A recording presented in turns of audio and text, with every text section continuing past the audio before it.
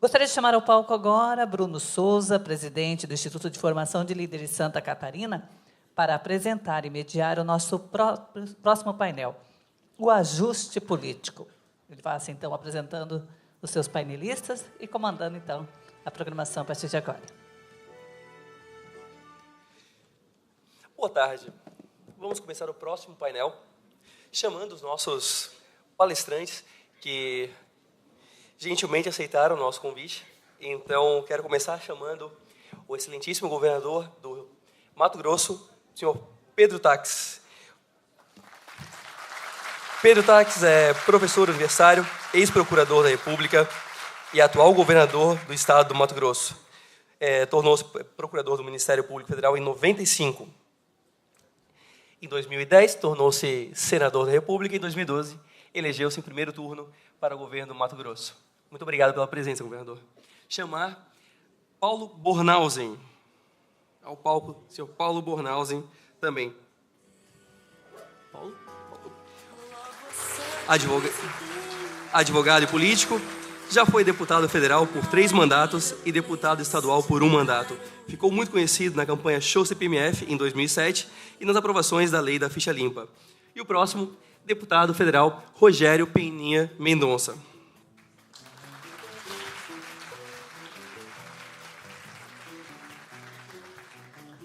Engenheiro agrônomo, foi deputado estadual em 99 até 2010 e hoje é deputado federal. Peninha é conhecido pelo projeto de lei 3722, que propõe a revogação do Estatuto de Desarmamento, e também pelo PL 870/2015. Agora eu passo a palavra, primeiramente, para o senhor Paulo Bornhausen.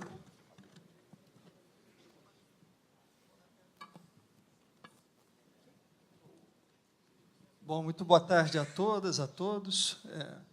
Cumprimentar ao Bruno, e cumprimentando o Bruno, quero cumprimentar a todos aqueles que idealizaram esse evento aqui na capital de Santa Catarina e trabalham ao longo do ano discutindo temas importantes para o Brasil e para o nosso Estado. O governador Pedro Taques, que eu quero também, da mesma forma, cumprimentar, ex-senador, procurador da República, governador, num dos momentos mais difíceis do Brasil, e é muito importante ouvi-lo também. Eu estou muito curioso para ouvir a sua experiência.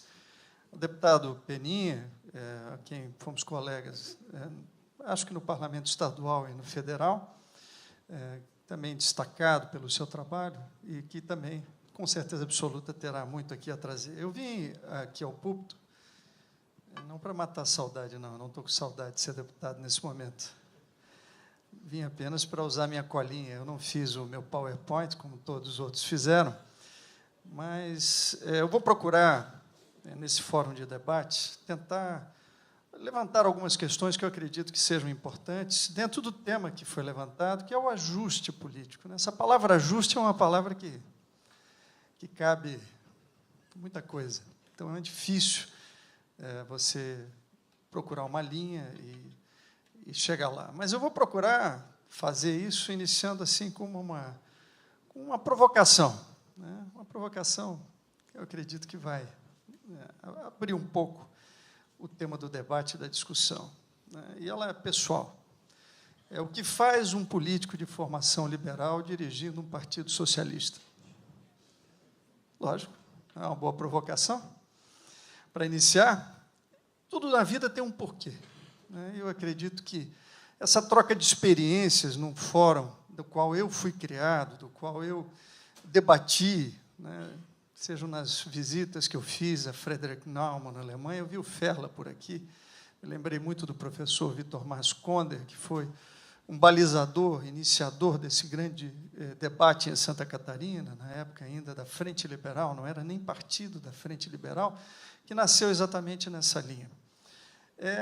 O porquê que o caminho, ao longo desses meus 50 anos de vida, me trouxe para cá. Não é reconversão e nem conversão. É o caminho que o Brasil tomou nos últimos anos e que faz com que todos nós tenhamos que refletir de uma coisa que nos abateu, e aí aos empresários, não só aos políticos, mas pelo menos àqueles que acreditam no Brasil e fazem um trabalho sério, querem realmente poder ver o país triunfar, ser mais justo, é o desencanto com as estruturas, com os governantes, com as pessoas, com o conjunto da sociedade. E não foi diferente comigo, em determinado momento. Eu fiquei de saco cheio com a política maniqueísta. Eu fui líder de oposição ao PT na Câmara Federal, fui líder do DEM. Tive discussões intermináveis. Muitas delas acabaram indo para o campo pessoal, né? Infelizmente, quando terminava o argumento no debate, os petistas e outros menos letrados, né? Não sei se são letrados ou não, mas procuravam desqualificar a pessoa. Isso é uma tese marxista, leninista, sei lá eu. Desqualificar a pessoa para terminar o debate. Mas nós nunca fizemos, eu pessoalmente nunca achei que esse fosse o caminho e me sentia um pouco desnecessário naquele debate no Congresso Nacional.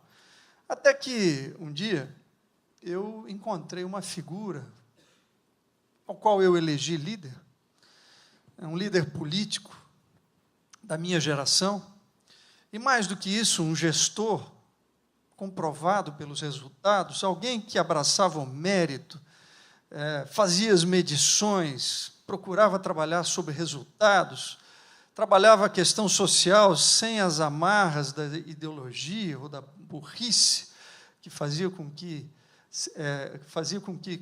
programas corretos virassem programas errados, como, por exemplo, você estimular uma remuneração a mais ao servidor público quando ele tem um desempenho melhor do que a média, né, nas escolas, nos hospitais, uma meritocracia. E esse cidadão se chamava Eduardo Campos, presidente nacional do Partido Socialista Brasileiro.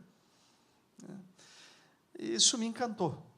Me encantou porque o maniqueísmo entre PT, PSDB, o bem e o mal, feito da forma que estava naquele momento, não me respondia mais àquela vontade que eu tinha de participar e mudar o meu Brasil. E eu encontrei no Eduardo esse caminho. Encontrei no Eduardo esse caminho, e quando ele veio a Florianópolis me filiar e me fazer presidente do Partido Socialista Brasileiro, eu o encontrei e perguntei a ele: Eduardo, como é que nós vamos responder as perguntas das pessoas que corretamente vão perguntar o que faz o neto do seu Irineu com o neto do Arraes juntos no mesmo partido? O seu Irineu, para quem não sabe, era meu avô, foi governador do Estado, era intitulado velho colono, era da UDN, era colono mesmo, filho, um de 12 filhos, como toda a história, como o Pfeffer contou, né? Veio com imigrantes alemães, com uma mão atrás, outra na frente. Ele chegou a andar com seu pai na carroça, entregando os hortifrutigranjeiros nas casas de Itajaí. E, do lado de lá, o Arraes, um líder que foi forjado na luta dos campesinos, mas os dois lutavam pelo mesmo ideal, transformar o seu país. Um virou industrial, o outro virou um ativista político. Meu avô acabou sendo industrial, comerciante.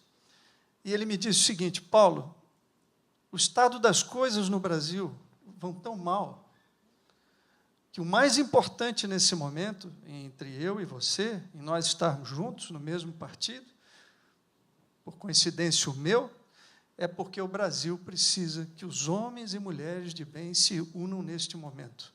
O estrago que o Brasil está passando e o que está feito é muito difícil de consertar.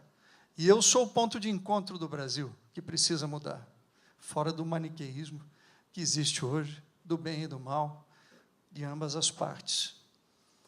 Aquilo, somado, não à bela dialética, ele era um homem que falava bem, mas somado ao que eu vi na transformação em Pernambuco, e aqui está o Murilo Flores comigo, que é o nosso pré-candidato em Florianópolis, também no partido, no PSB, o que nós vimos em Pernambuco era o sonho que nós gostaríamos, lógico, com muitos problemas, mas era um sonho daquilo que nós gostaríamos de ver colocado em prática, e que aquele homem tentava fazer da melhor forma. Bom, a história, todo mundo já sabe o que aconteceu, e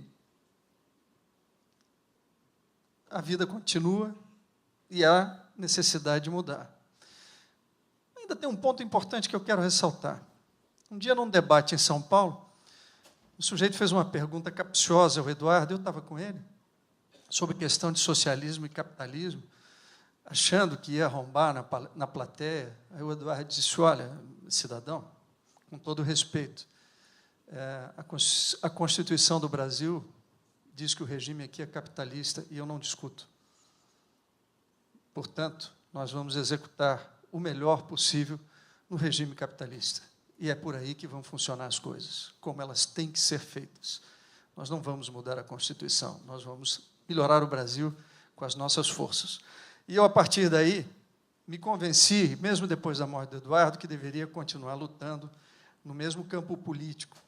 E aí, até com uma certa liberdade a mais, de poder fazer um trabalho que lá na universidade, quando eu estava lá, muitos faziam para captar as pessoas para dentro do socialismo, mas vendendo as velhas ideias. Então, estando dentro do próprio equipamento hoje do Partido Socialista, eu sou o centro. Eu levo o debate às minhas visões. Eu consigo fazer, e aqui em Santa Catarina, o Bruno é prova disso, né, que será, se Deus quiser, um vereador dessa cidade, né, ele segue pessoas também. Ele segue as ideias com as pessoas. E nós estamos lutando num campo que talvez não seja o nosso, mas que é um campo que nós precisamos entrar também, para não deixar as verdades absolutas desses que pregavam socialismo, comunismo e outras coisas mais, estarem soltas na sociedade e até dentro dos partidos políticos aos quais eles frequentam. Nós queremos frequentar essa discussão. Nós temos argumentos para combater certas verdades, entre aspas, que não são verdades. Mas eu vou caminhando, e sem me desfazer dos meus valores, como eu já disse, nem muito menos, eu queria dizer que tudo isso tem sido uma boa experiência. Agora, quando a gente entra no tema que está aqui colocado, o ajuste político, essa experiência que eu tive ao longo da minha vida, de ser 4 vezes deputado, uma deputada estadual, eu comecei federal, estadual e mais 2 mandatos de deputado federal, me trouxeram algumas visões que me fazem fazer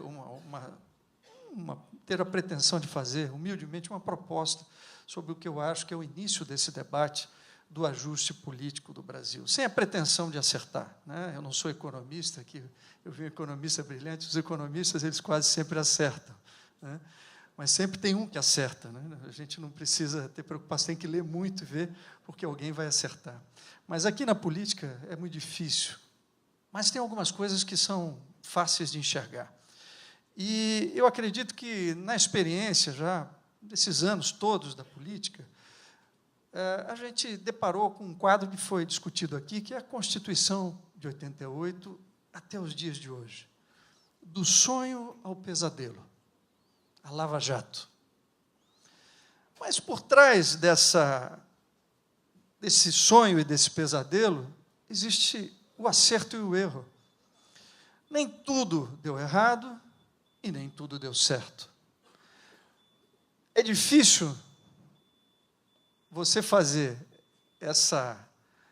vamos dizer assim, como é que você vai enxergar o que deu certo ou errado no meio do incêndio, né? Nós estamos no meio do incêndio. Pois bem, nós precisamos que esse incêndio baixe, ele vai baixando, e nós precisamos preparar o futuro através das experiências vividas e, principalmente, dos erros que nós cometemos. E a Constituição de 88, ela está eivada de problemas, mas o maior problema, na minha opinião, foi que nós nos entregamos a essas questões que não deram certo e continuamos convivendo com ela como se isso fosse o normal e do dia a dia. Nos acomodamos. E esse tipo de fórum que nós estamos participando aqui hoje, e o Fefe falou isso, e todos que antecederam, é um momento de saculejar novamente, num momento que a sociedade quer sair desse abafamento que ela se encontra, para tentar encontrar uma luz, um caminho, ou mesmo alguma coisa a fazer a mais. E eu acredito que essa discussão do país pós-Lava Jato é mais importante do que essa discussão da Lava Jato agora. A da Lava Jato a gente tem que torcer para que tudo dê certo e justiça seja feita com quem tiver que responder na justiça. Esse é o nosso desejo.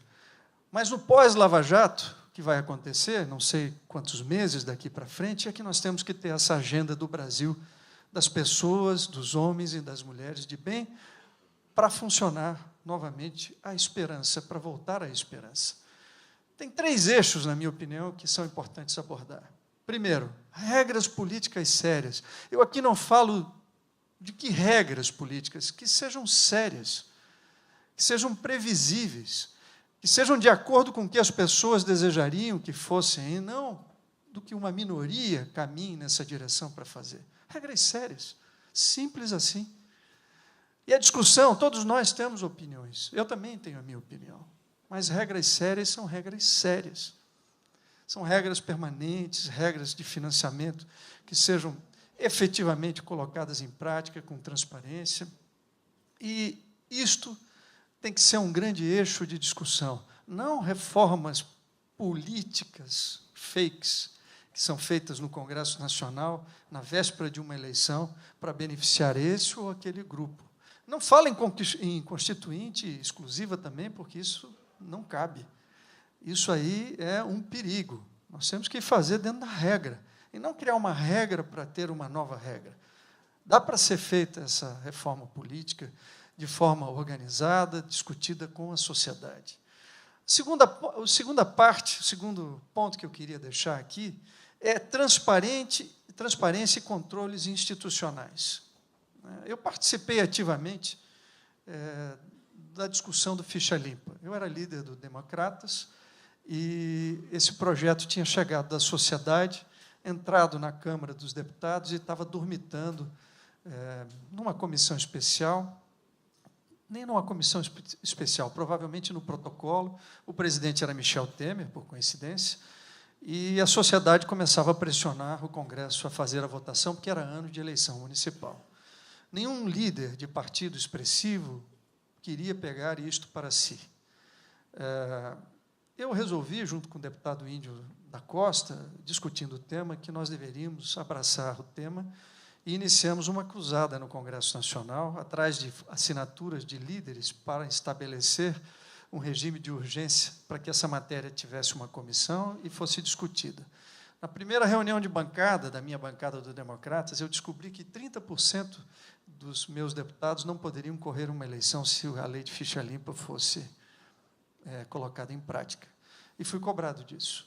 E a minha resposta foi clara: eu não pedi voto para líder dizendo que não iria fazer o que é correto. E nem ninguém veio me pedir para que não tivesse aprovação de um projeto que fosse de interesse da sociedade, portanto, vai continuar. E todo mundo já conhece a história, a ficha limpa passou com defeitos, erros, mas ela está. Então, nesse momento, nós precisamos, na transparência e controles institucionais, fortalecer o Ministério Público, manter a ponta da ficha limpa e ainda estendê-la a todos os órgãos da administração pública. É necessário que isso aconteça.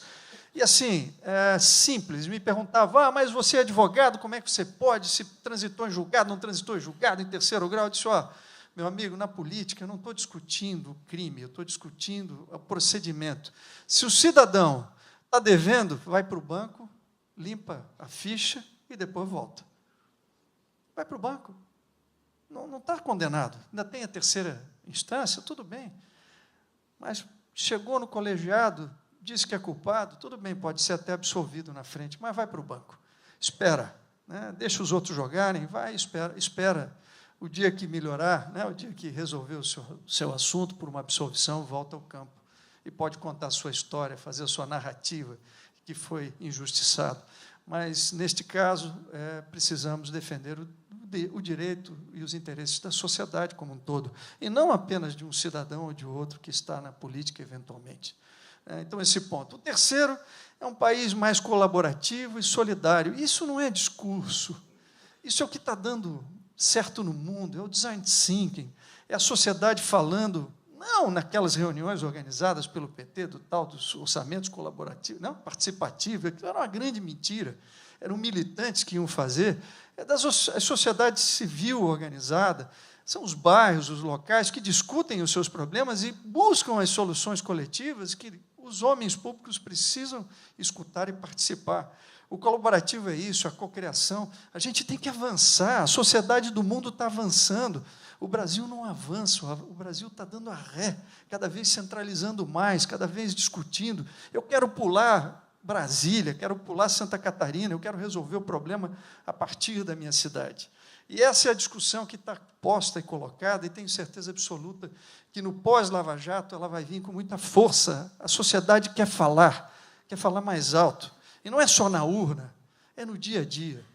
Eu tenho aqui, para fazer uma conclusão, algumas coisas que eu diria que, de aí são palpites meus, de medidas efetivas que eu acredito que deveriam acontecer.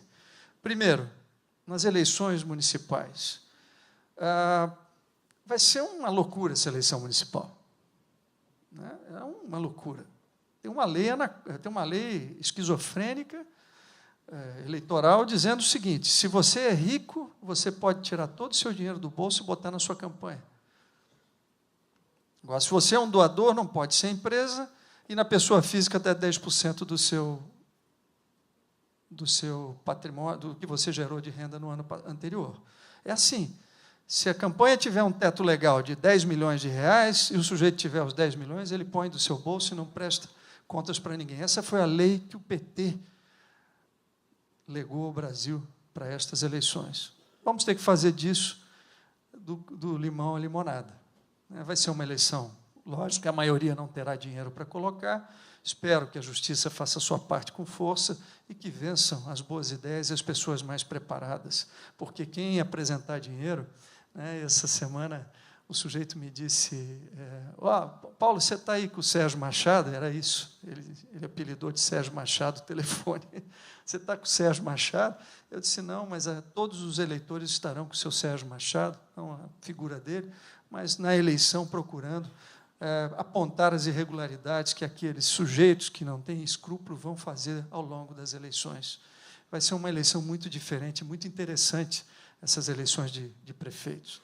Eu não tenho dúvida que nós vamos avançar bastante, e quando chegarmos em 18, nós vamos ter, quem sabe, uma realidade nas eleições gerais bem diferente dessa, com uma reforma política mais discutida, se é que ela vai acontecer, mas com regras mais claras e melhores. Como medida, acho que tem que, aí já no campo político, no palpite, fim das coligações, financiamento público. Se não pode ter financiamento privado, então que faça um financiamento público. Vão dizer, mas é muito dinheiro colocado na eleição. E vem cá, o dinheiro que entra na eleição é público ou não é? O dinheiro dessas empreiteiras era o quê? Era privado? 70% do financiamento das campanhas do Brasil foram feitos pelas empreiteiras. E o dinheiro é público. Então, em vez de ele dar uma volta, é melhor quantificar. Vamos ficar horrorizados. A democracia é cara. Não é barata. Mas vamos fazer isso dentro de uma régua, de uma métrica que seja aceitável pela população. Acho que é melhor assim. Tira a pressão do setor privado, tira a pressão das pessoas físicas e vamos discutir a eleição como um financiamento público, como parte do sistema. Ideia minha, pensamento meu. Um outro tema, e esse eu queria lançar como desafio, Bruno, aqui, é o seguinte: em 18, para ter uma eleição mais justa e uma eleição mais clara, nós temos que cobrar uma coisa que está faltando. O Supremo Tribunal Federal, por obrigação, deveria ou deverá julgar todos os parlamentares no Senado e na Câmara antes das eleições de 2018. Todos, para absolver ou para condenar. O Supremo não tem o direito de legar à sociedade uma eleição na dúvida, onde esses atuais parlamentares irão participar. Não basta apenas a Lava Jato, tem que passar a limpo também o atual Congresso Nacional, que vai se propor a uma nova eleição. Essa é uma questão que deveria ser bandeira nacional do pós-Lava Jato. Nenhum deputado sem julgamento, nenhum senador sem julgamento, todos julgados.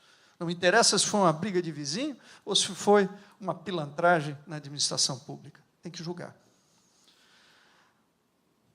Bom, para encerrar, eu vou encerrar com uma história rápida, tenho 4 minutos, uma afirmação e um desafio. A história, eu, quando fui deputado a primeira vez, fui presidente da Comissão de Privatização das Teles e da Lei Geral de Telecomunicações no Brasil. Estava na minha comissão um deputado chamado Roberto Campos. E eu era quem fazia a lista de debatedores. Ele sempre chegava perto das 11, a comissão abria às 9h30, eu sempre aproveitava, deixava uns 7 ou 8, que eram da esquerda, que se inscreviam no início do debate, e logo em seguida, mesmo sem a presença dele, eu botava o nome do Roberto Campos. E ele chegava, escutava 1 ou 2, e vinha abaixo aquele mundo do Bambi, que a esquerda dizia, né, que existia na Telebrás, nisso e naquilo.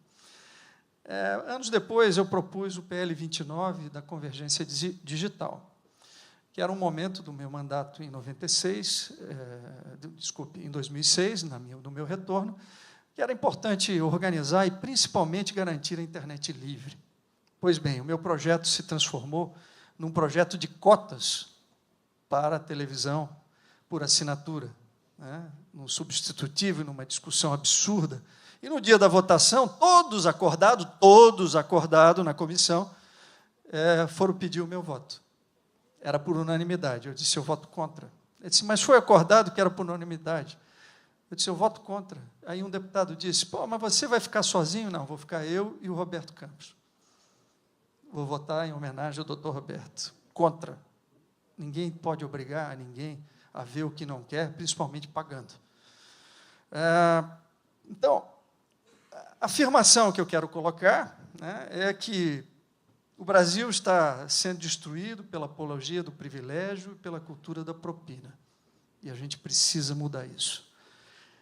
E o que eu quero lançar como desafio, para que não seja verdade, é uma frase do Roberto Campos, que eu vou usar para encerrar, que diz o seguinte, ele disse, num dos seus livros, acho que foi o Lanterna de Popa, ele disse assim, no Brasil, a burrice tem um passado glorioso e um futuro promissor.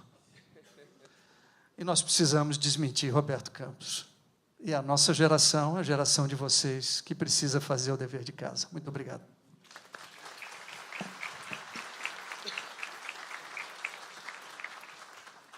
Muito obrigado, Paulo.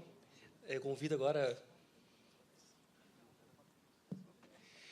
o deputado Rogério Peninha para assumir o púlpito e a palavra também. Bem, pessoal, eu quero inicialmente saudar a todos vocês participantes desse fórum, Ajuste Inevitável, saudar e agradecer também ao Instituto de Formação de Líderes, IFL, através do presidente o Bruno, pela oportunidade, pelo convite de poder estar aqui com vocês.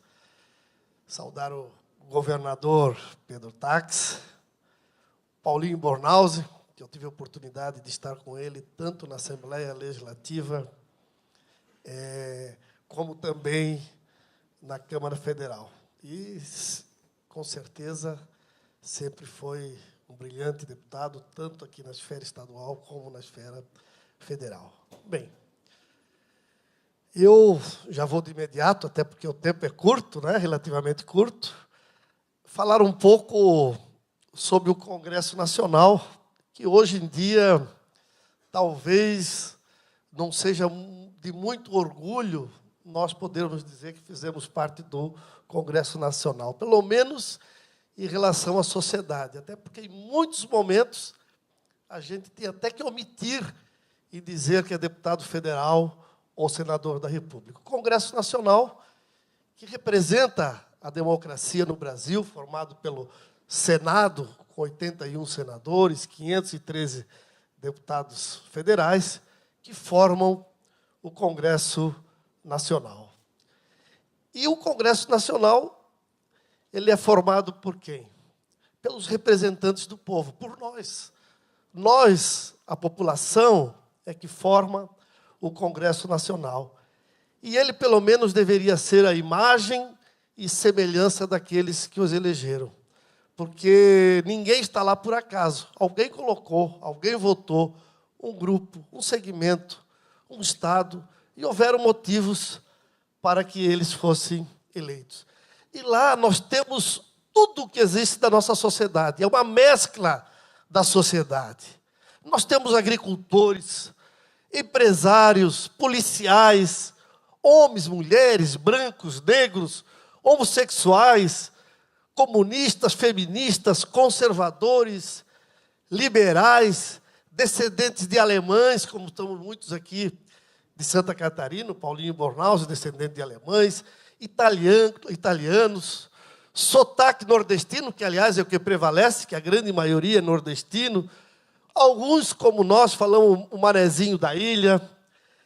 Os italianos, lá a gente vê muito aqueles de origem italiana do Rio Grande do Sul, de Santa Catarina também, puxando ainda o italiano, falando, em vez de carroça, falando caroça. Mas eles são assim, eles representam um segmento que quis votar naquele cidadão como ele é, por algum motivo. O carioca, né, que é o mais esperto de todos, normalmente passa a imagem de mais esperto, o baiano, mais calmo e mais devagar, e aí a mescla do Brasil que dá o Congresso Nacional. E muitos até reclamam, não, mas é porque o Bolsa Família no Nordeste é o poder dos coronéis com muito dinheiro que fez com que essas pessoas se elegessem. É verdade, mas isso é fruto e é o que é a sociedade brasileira, que permite que isso efetivamente acontecesse. E eles foram submetidos à mesma educação que os eleitores. Tu tem eleitores mais ricos, mais pobres, formados em Harvard, tem de tudo no Brasil. E são o que são, porque de alguma forma se identificam e representam a população. E é a junção de todas essas diferenças que formam o Brasil. E, sem dúvida, de tempos em tempos, o perfil, a sociedade muda e o perfil desses nossos representantes eleitos também ele é alterado. E nós temos de tudo, e nós estamos vendo de eleição a eleição uma mudança desse perfil dos nossos representantes. Segundo o Estadão, num determinado momento, disse que esse último Congresso eleito é o mais conservador desde 1964, segundo o DIAP. É verdade, é um Congresso com perfil mais conservador, que isso é bom. Deputados ligados à direita serão maioria na Câmara dos Deputados. Pela primeira vez desde 2002, o número de parlamentares conservadores superou a esquerda. A empresa brasileira de comunicação, tomara que eles acabem com ela de uma vez, parece que há um encaminhamento nesse sentido. Mais conservador, o Congresso eleito pode limitar avanços em direitos humanos, né? Essa é a preocupação de um segmento ideológico do Brasil que a empresa brasileira de comunicação representa. E aí nós estamos vendo os resultados das últimas eleições presidenciais, pelo menos em relação ao segundo turno. O Lula, que representava a esperança do Brasil, a esperança vencendo o medo, e a população, a grande maioria, acreditou, e eu até acreditei também, num determinado momento. E quando eu era estudante, na Faculdade de Agronomia, no Rio Grande do Sul, e eu comecei a simpatizar, na época, pelo MDB, quando eu vi o Pedro Simão, presidente estadual do MDB gaúcho, deputado estadual, quando eu comecei a assistir as palestras dele. E, na época, eu me entusiasmava com o MDB, me entusiasmava e me achava de esquerda. Hoje, depois de um determinado momento, eu comecei, não, acho que eu não sou de esquerda, não, eu sou de centro. Agora eu já me acho de centro-direita. Eu me lembro que muitas das eleições nos Estados Unidos, por exemplo, eu torcia para o candidato democrata. Hoje, eu já torço para o candidato republicano. Pelo que a gente vê e o que percebe do Brasil e as liberdades que nós precisamos ter. E veja aí a tendência em relação a esse perfil do eleitorado. As duas eleições do Lula praticamente iguais, 61% nas duas eleições. Na primeira eleição da Dilma, ela já diminuiu um pouco, e o PSDB, que representava, entre aspas, não sei se podemos chamar de direita, centro, mas já fez 44%, e o Aécio, na última eleição, já obteve 48%. E, com certeza, na próxima eleição, nós vamos ver, com toda certeza, PT ou partidos ditos de esquerda, PSOL, o que quer que for, vão diminuir já nessa eleição municipal, e nós vamos ver o crescimento dos partidos ditos de direita. Mas aí vocês vão perguntar, mas como está nessa situação? O que nós podemos fazer para melhorar a nossa representatividade? Agora, na eleição, da votação do impeachment, nós ficamos 2 dias discutindo e falando porque éramos contra, a favor do impeachment. Eu conduzei a palavra, foi numa madrugada, 3 horas da madrugada, que eu tive a oportunidade de falar. E na hora de votar, cada um de nós foi dito que teria só 10 segundos. E naqueles 10 segundos, alguns disseram sim, não e pronto. Outros falaram da família, outros falaram das suas cidades, cada um, até porque era 10 segundos. E aí, em função daquela votação, muitos começaram a dizer, não, o nível do Congresso Nacional está muito baixo. Mas o nível do Congresso Nacional que votou é aquele que nós escolhemos, que vocês escolheram, e que representa, com certeza, a sociedade brasileira num todo, não é nada mais diferente. Porque tem corruptos lá e tem corruptos na sociedade. E tem em todos os segmentos. Mas como é que nós vamos melhorar a representatividade? Será que é por concurso público?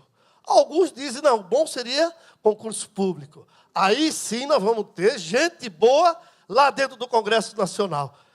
Nós teríamos uma elite intelectualizada no Congresso e, evidentemente, que iam também defender determinados interesses e não o interesse da sociedade de modo geral. Nós temos uma PEC, uma proposta de emenda constitucional do deputado Irajá Abreu, do PSD, que estabelece exigência de conclusão de curso de graduação de nível superior para todos os cargos, senador, deputado federal, estadual, presidente e assim por diante. Será que seria o ideal? Talvez. Eu me lembro também de um deputado que falava de uma proposta de que, ao menos, tivesse dentro da sua cidade o curso mais elevado. Se lá só tivesse a formação básica, teria que ter a formação básica. Se tivesse faculdade, que teria, pelo menos, que ter o curso superior. Talvez nós pudéssemos melhorar dessa maneira. Mas, sem dúvida alguma, o que tem que ser melhorado é o povo brasileiro que tem que mudar, saber escolher melhor, e nós temos que ter essa consciência, e também a consciência vai muito em função da educação de qualidade para todas as camadas da sociedade, e isso é um processo que nós vamos melhorar.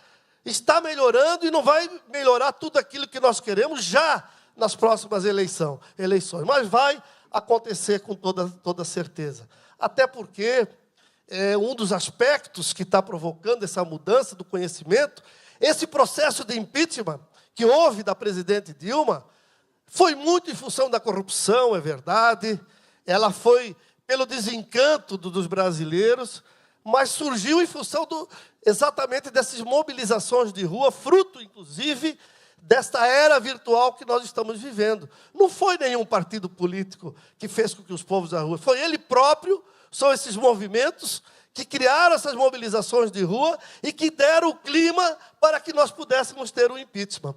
As pessoas, hoje em dia, por exemplo, lá no Japão, elas nem saíram ainda debaixo da mesa no momento de um terremoto, e aí o mundo inteiro já está sabendo o que está acontecendo. Então, hoje, realmente, o momento é diferente, a política é diferente, e os candidatos que não se adaptarem, eles vão ter dificuldades de continuarem com seus projetos políticos. E tem, evidentemente, um efeito colateral muito grande, e que, com isso, a maioria, no caso dos brasileiros, se for pelas manchetes dos jornais ou pelo tópico de uma determinada notícia, e, inclusive, desestimula a própria leitura. Eu me lembro das minhas filhas, dos meus filhos, eu sempre estimulava a leitura, eu dava livro, pode comprar livro, não economiza em livro. Mas hoje a gente vê que é diferente, né? A maneira de adquirir o conhecimento é através do telefone. Aqui, por exemplo, eu já estou vendo que muita gente está com o olho no padre e o olho no outro na missa. Tem muita gente nos ouvindo, basta lá com o telefone, vendo o WhatsApp, pegando informações, e provavelmente esses minutos que nós estamos aqui agora, já estamos mais desatualizados em relação a muitos que estão aí pegando a informação com o telefone. Então, as coisas acontecem com muita rapidez. Evidentemente, como eu disse, talvez esse efeito colateral negativo de que não pego o conjunto da informação. E também a imprensa, ela realmente forma a opinião, é esquerda ou direita, e muitas vezes a imprensa ela é tendenciosa. Por exemplo, o Bolsonaro, ele no seu voto, vocês acompanharam, e é interessante como todo mundo parece que assistiu aquela votação. Eu vou nas ruas, as pessoas falam, inclusive repetem as minhas palavras, o que eu disse, falando da agricultura, pelo fim do desarmamento, pela possibilidade que eu falei do cidadão ter uma arma para se defender. Falei, Paulinho Bornhausen, citei por Nova Trento, a cidade onde eu nasci, Ituporanga. Falei dos 10 segundos, mas consegui falar. E as pessoas até repetem. Todo mundo parece que acompanhou aquela votação. E o Bolsonaro, quando ele foi dar o seu voto, ele citou o coronel Ustra, né? Um conhecido torturador. E aí, um dos meios de comunicação disseram, Bolsonaro homenageia torturador em seu voto pelo impeachment. Uma imagem negativa do Bolsonaro foi levando em relação a isso. Outros colocaram o que pode acontecer com Jair Bolsonaro após ele louvar um torturador da ditadura da Câmara. E outros já falaram positivamente dele. Bolsonaro ganhou 100 mil fãs no Facebook durante a semana do impeachment, né? E outros disseram a jogada de mestre de Bolsonaro na votação do impeachment. Então, são visões diferentes, ideológicas.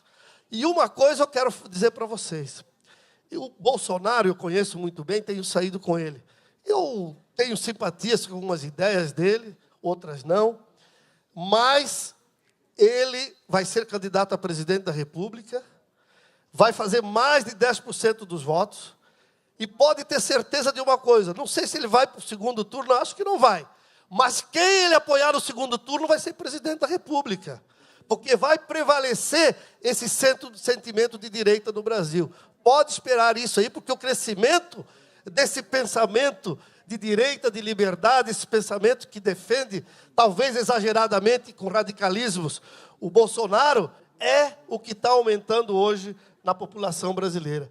Por outro lado, nós tivemos um outro deputado, o Glauber Braga. O que ele fez? Ele citou o Marighella. Quem é o Marighella? Quem foi? Está aí a foto dele. Ele foi o principal líder comunista durante o regime militar. Ele comandou assaltos a bancos de comércio, junto, inclusive, ex-presidente, o presidente Dilma, a presidente licenciada Dilma, junto com ela, comandou assaltos a bancos e tinha o sonho de transformar o Brasil em uma nova Cuba. Imaginem se ele tivesse conseguido isso, como é que nós estaríamos?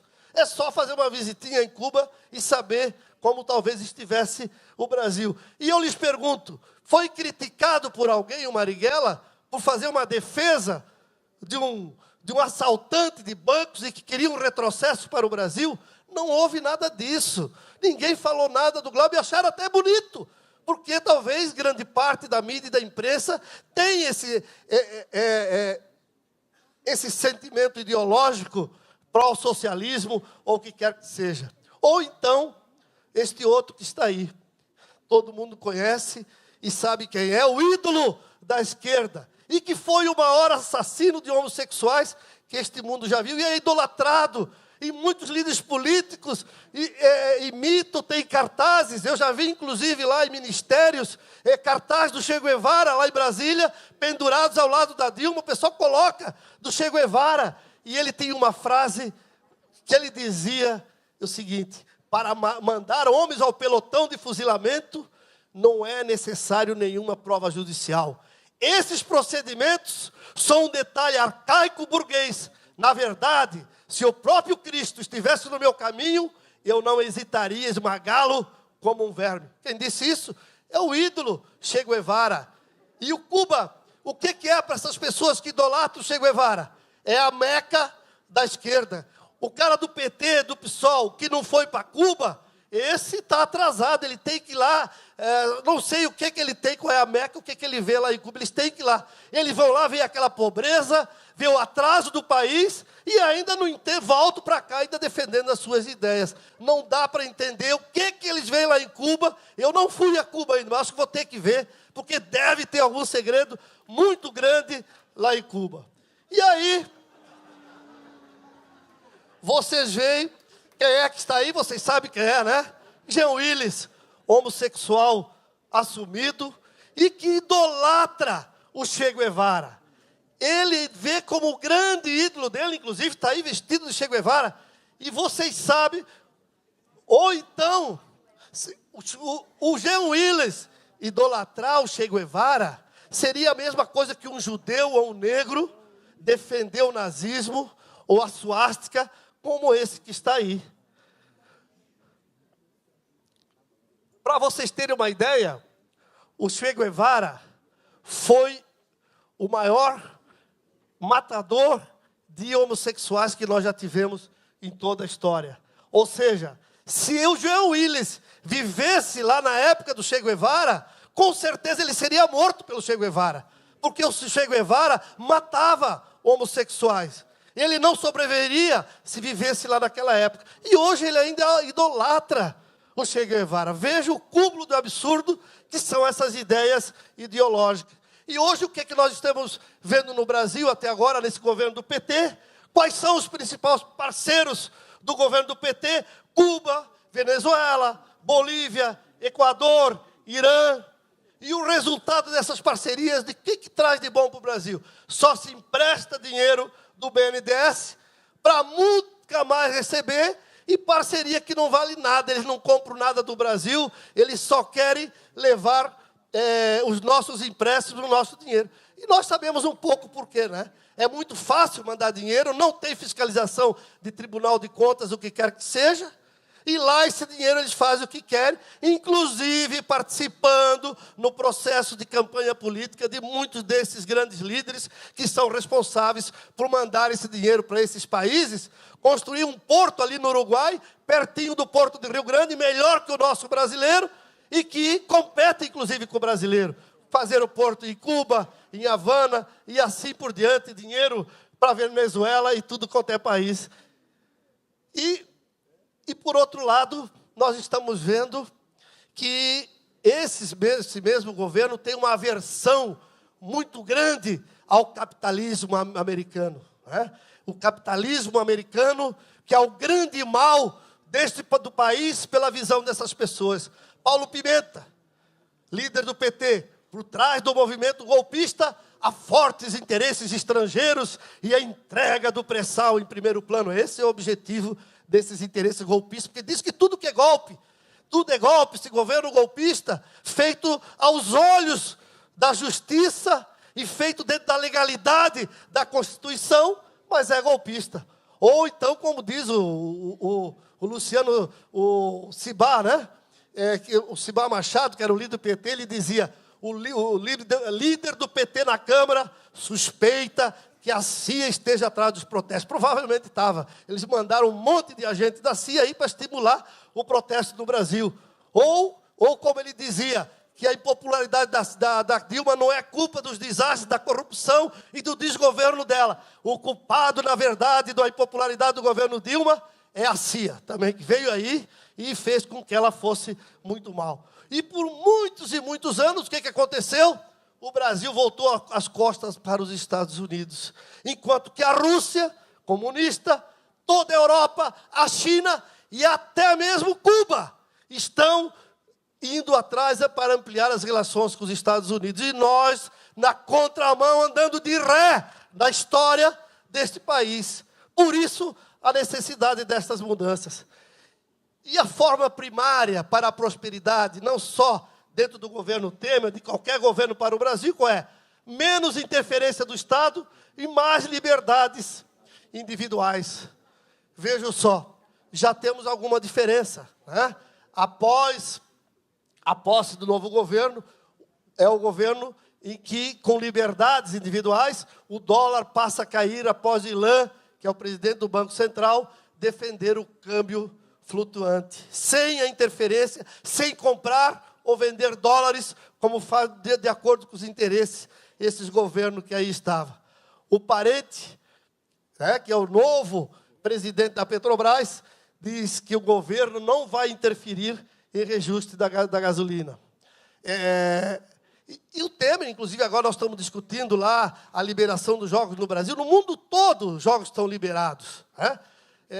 Só o Brasil, até os países islâmicos, os jogos são liberados, menos na ilha, que é o Brasil. E o Temer já fez uma colocação dizendo que é a favor da liberação dos jogos de azar no Brasil. E uma conversa, inclusive, que eu tive com ele num determinado momento, antes de assumir, evidentemente, ele me disse claramente que o projeto de lei 3722 de minha autoria, que muda o Estatuto do Desarmamento, ele não será vetado caso ela passe no Congresso. Então, isso também já é uma esperança. Mas vou agora falar, já estou no meu tempo final, um pouco sobre o 3722, que é o projeto hoje que tem uma grande repercussão na Câmara dos Deputados. Por que eu apresentei esse projeto? Foi para armar a população? Eu queria ver todo mundo armado aí em guerra. Será que foi por isso? Ou será que foi para atender as indústrias das armas que deram dinheiro para mim e para a minha campanha? Não recebi um tostão da indústria das armas, mas eu sou de uma região do Vale do Itajaí, em que a tradição dos clubes de caça e tiro e a utilização de arma começa desde criança. As pessoas já têm essa tradição e já aprendem a manejar umas armas. Ou será que foi para trazer holofote? Talvez sim, né? Porque umas palmas já deu bastante aqui, né? Talvez seja o único lado positivo, porque holofote efetivamente deu, porque a população é a favor desse projeto. E o principal, na verdade, o objetivo desse projeto é fazer valer a voz das urnas. Quando do referendo que nós tivemos em 2005, todos lembram, em que o Paulinho, não sei se era deputado federal na época, foi votado em 2003, não era, né, Paulinho? Não, tu é um pouco mais jovem. Em 2003, no apagar das luzes, foi aprovado o Estatuto do Desarmamento. E lá, junto com o Estatuto do Desarmamento, foi aprovado também a possibilidade de ter um referendo para perguntar se aquele projeto valeria ou não, se a população estava de acordo ou não. E aí, lá no final de 2005, nós fizemos o referendo. E o referendo só aconteceu porque estava em pleno desgaste e do escândalo do mensalão, e o governo disse, vou botar esse referendo na rua, quem sabe o pessoal esquece do mensalão. E aí, naquele tempo, todos os artistas da Rede Globo, jogador de futebol e o Diabo a 4, todo mundo na mídia defendendo o desarmamento. A Rede Globo, as grandes canais de televisão contra o desarmamento. O governo pensou, nós vamos dar uma lavada, porque tinha muita pouca gente do outro lado. A grande maioria da mídia e artista e tudo que eu valha, eles eram a favor do desarmamento. E o que aconteceu? O não fez 64%. Ou seja, a população que foi consultada disse não ao desarmamento. E eu pergunto para vocês, o governo respeitou esse referendo? Não respeitou absolutamente nada, porque não foi um governo, porque não é um governo democrático. O Sul teve 79% dizendo não, praticamente 80% dizendo não ao desarmamento. Santa Catarina, o nosso estado, 76,6% dizendo não.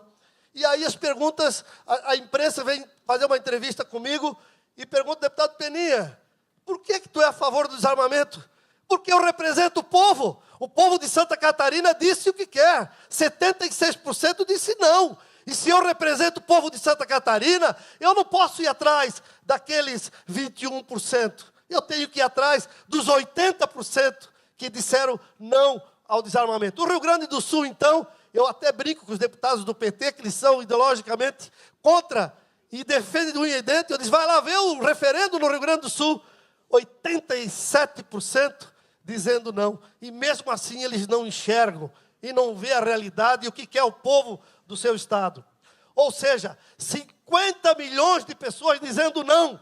E o que é que isso representa? Aí estão todas as eleições. Quem chegou mais perto foi o Lula na eleição de 2000, do segundo turno de 2006, 58 milhões. Nunca, nem no segundo turno, um candidato da presidente da República fez tantos votos como não. E mesmo assim, não é respeitado o que disse o povo. E veja só o que está acontecendo no Brasil.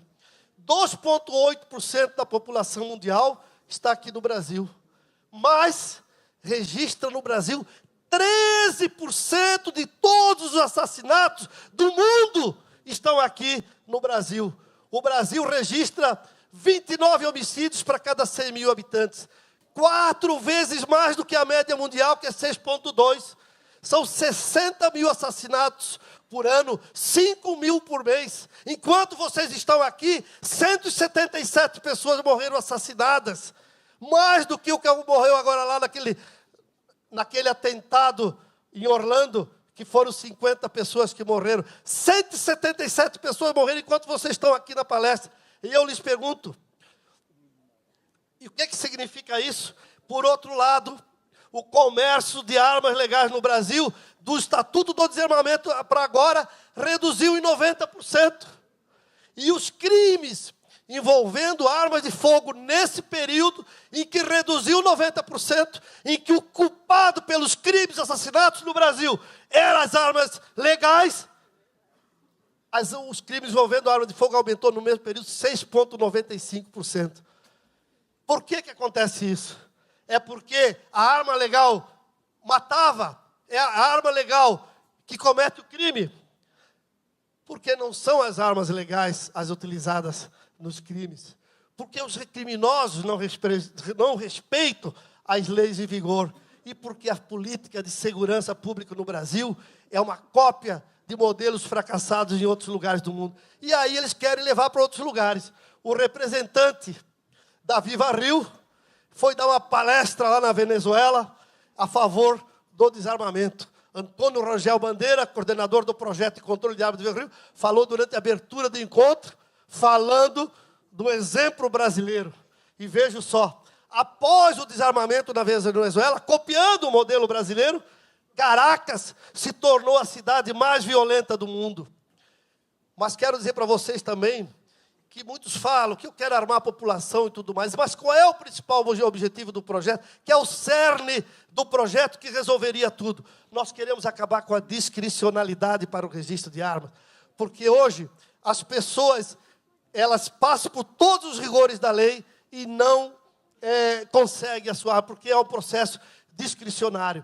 Hoje, pelo nosso projeto de lei, precisa ter no mínimo 21 anos, comprovar residência e ocupação lícita, não possuir antecedentes criminais, não estar sendo investigado em inquérito policial por crime contra a vida e ter sido aprovado em concurso de tiro. É a mesma coisa do Estatuto de Desarmamento. Mas a diferença, como eu disse para vocês, é a discricionariedade. É que a pessoa vai lá, passa por tudo isso para tentar o porte de armas, e aí o delegado federal diz, não, eu não vou dar arma para ti, porque tu tem cara de feio, tem cara de bandido, e não dá. O que nós queremos é que passe pela legislação, porque possa ser até mais rigorosa do que a lei. Mas passando pelos critérios, ele possa ter uma arma para se defender. E também nós defendemos o sistema de compartilhamento com a Polícia Civil, e defendemos no nosso projeto que volta a ser permanente o registro da arma, que atualmente é renovado a cada 4 anos. Eu até queria falar um pouco sobre aquele massacre da boate gay, né, em Orlando, em que o assassino tinha ligação com grupos islâmicos extremistas, era investigado pelo FBI, utilizou armas que no Brasil são, aquela R15, fuzil R15, e a pistola 9mm que ele tinha, dentro do nosso projeto, no Brasil ele não teria, continua estritas para a questão da segurança nacional, das Forças Nacionais de Segurança. E e agiu numa região livre de armas, que eles chamam Gun Free Zone, lá nos Estados Unidos. E só parou de puxar o gatilho quando alguém usou uma arma para pará-lo. Eu podia falar sobre estudos científicos, o meu tempo aí, a placa já está passando, né? Vou ter que ir mais rápido ainda. Da Harvard, em que, ao longo dos 20 anos, a venda de armas disparou nos Estados Unidos, mas os homicídios caíram 39%. E outros crimes relacionados com arma de fogo nos Estados Unidos caíram 69%. E um estudo também da Universidade de Harvard comprova que os 9 países europeus mais desarmados apresentam taxas de homicídios 3 vezes maiores do que os outros 9 países com maior taxa de posse de armas. E a esmagadora maioria dos ataques cometidos nos Estados Unidos, desde 1950, ocorreram em estados que possuem rígidas normas de controle de armas. Né? Todos os anos, 200 mil mulheres nos Estados Unidos utilizam armas para se proteger de crimes sexuais. Israel é o único estado do mundo que o estupro é 0 nos Estados Unidos. Vocês sabem por quê? Sabe? Então eu vou dizer por quê. Está ali, ó. As mulheres, eu quero ver alguém ter coragem de estuprar uma mulher dessa aí, né? E como eu disse, nos Estados Unidos, elas têm cada vez mais adquirido armas para se protegerem. Falar rapidamente sobre o Brasil. Os 5 estados mais armados do Brasil: Acre, Mato Grosso, Santa Catarina, Roraima e Rio Grande do Sul, governador. Mato Grosso está aí junto. Possui 33% das armas legais do Brasil e são responsáveis por 9% dos homicídios. Os estados menos armados: Bahia, Ceará, Maranhão, Pernambuco, Sergipe, 6% das armas legais e são responsáveis por 26% dos homicídios. Eu queria falar sobre projetos meus, mas eu vou falar só alguns interessantes. Eu tenho um projeto meu que põe fim à contribuição sindical obrigatória, que é o grande problema do Brasil. 15 mil sindicatos que pagam a mortadela para o pessoal ir nos encontros políticos e que vivem em função dessa contribuição sindical obrigatória. Com esse projeto nós queremos acabar. E um outro meu também, que obriga as entidades sindicais a prestarem contas ao Tribunal de Contas da União dos recursos que eles recebem. Porque eles recebem esse monte de dinheiro e ainda não precisam prestar contas. E aí os corruptos são os governantes e todos os outros. Esse aqui vou fazer rapidamente. Um outro meu também, que acaba com as cotas raciais, que proíbe a instituição de cotas raciais nos concursos para ingresso do serviço público, como é hoje, que é mais um absurdo que nós temos, que é verdadeiramente uma discriminação. Um que atualiza o rendimento do FGTS. Outro que é importante também, dá autonomia, governador, para cada estado legislar sobre a fauna, sobre a caça em seu território. Nós não podemos ter em Santa Catarina, que temos o problema do javali, do java-porco, a mesma legislação do Acre, a mesma legislação de Sergipe e assim por diante. Nós queremos uma legislação nossa aqui em Santa Catarina e o Mato Grosso, que também tem a sua também. E autoriza o intervalo de 30 minutos, altera o estatuto do torcedor. Uma outra PEC que eu estou dando entrada é que permite candidaturas avulsos para presidente e vice-presidente da República sem necessidade de vinculação partidária. Por que não? Um nome igual o Moro, o juiz, poder se candidatar? Por que não? Vamos fugir das amarras dos partidos políticos. Também está difícil de conseguir assinatura, governador. O pessoal não quer assinar, mas eu estou lá, de deputado em deputado, preciso de 170 assinaturas para poder dar prosseguimento para a PEC. E a outra, também uma PEC de minha autoria, que está tramitando, que acaba com o sistema cameral, o bicameral, que é no Brasil, Câmara e Senado em vigor no Brasil. O que eu penso é um sistema só e chega. É muito dinheiro para pagar a democracia, que é importante, é verdade, e a demora que dá qualquer projeto para tramitar. E temos muitos países do mundo que o sistema é unicameral e funciona bem e o gasto é bem menor. Também é uma PEC de minha autoria. Eu podia falar sobre reconhecimento da mídia do meu trabalho, mas não vou falar. Vou tocar em frente, só falar o seguinte para vocês também. Hoje, no Facebook, eu sou o deputado de Santa Catarina com o maior número de seguidores. De todos os deputados do PMDB, do Brasil inteiro, eu estou em primeiro lugar, 377 mil seguidores. O Michel Temer está em terceiro lugar. De todo o Brasil, eu estou em primeiro lugar como seguidor. E também de Santa Catarina, deputado Paulinho, o político mais influente. Hoje, eu tenho 377 mil seguidores em Santa Catarina e os 15 deputados federais juntos, 264 mil. Os 15 deputados de Santa Catarina, mais 3 senadores, 320 mil. Esse é fruto do trabalho que vocês apoiam também, tendo como grande bandeira o fim do desarmamento no Brasil. Bem, essa então seria a minha palestra, aqui tem o meu telefone e estou sempre à disposição de vocês. Obrigado aí pelo apoio ao meu projeto, ao meu mandato. E se Deus quiser, Bruno, voltaremos aqui com vocês. Estou sempre à disposição. Obrigado a todos.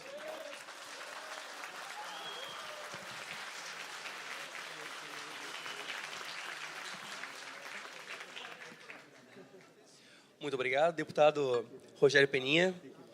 Eu gostaria de passar agora a palavra para o governador Pedro Taques.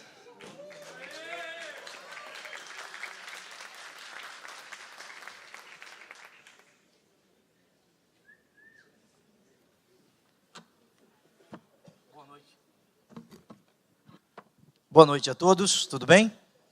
Quero cumprimentar a todos, na pessoa do deputado Peninha, do Paulinho, do Bruno. É uma honra estar aqui. Falar depois do que aqui foi ouvido é um misto de tristeza e alegria. Tristeza, porque já falaram quase tudo. E alegria, porque nós aprendemos muito com o que aqui foi falado. Quero agradecer o convite, Bruno. Agradeço ao amigo Davi, pelo convite para que eu aqui estivesse.